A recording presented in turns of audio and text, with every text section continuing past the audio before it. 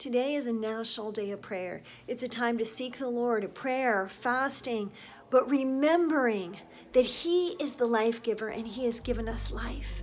And when we come before Him, when we remember what He did for us on the cross, our death, burial, and resurrection in Him, we are positioned where we're seated with Christ in heavenly places. You are above all of this enemy distraction, all of this enemy warfare. All you have to do is just maintain your position in your heart and in your mind. Allow God to increase your faith during this national day of prayer. Let those of us whose faith is high increase the faith of others who may be living by fear. I just believe right now that this national day of prayer not only is going to take down the power of these forces that are bringing this fear, but it's also going to raise up the church. Now is the time to advance, church. Whenever there is a time where we get pushed back from the enemy, we have a choice to shrink back or move forward. So I'm just calling today for you, church, to move forward, advance, get into proper position, live by faith, and watch God do healings and miracles and transformation in this country.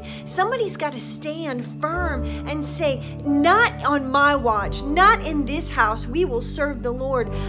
Joshua chapter 1, verse 9, be strong and courageous. Do not be terrified, for the Lord your God is with you wherever you go.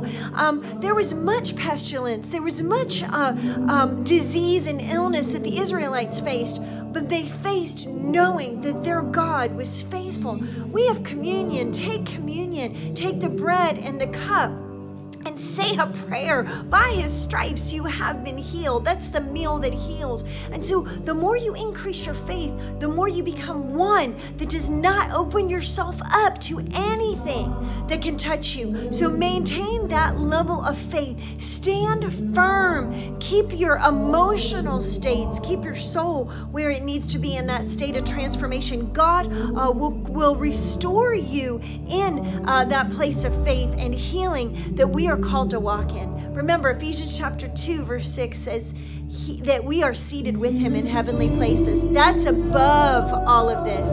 That is above the pestilence of the earth. And that's where you are. Properly position yourselves there. Believe that. Hold firm. Pray for the nation.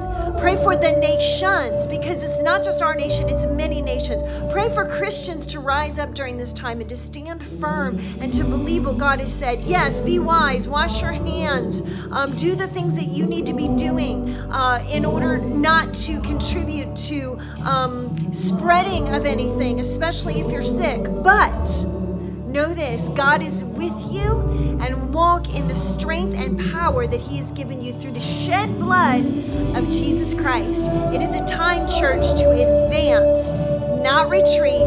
He has given us everything we need.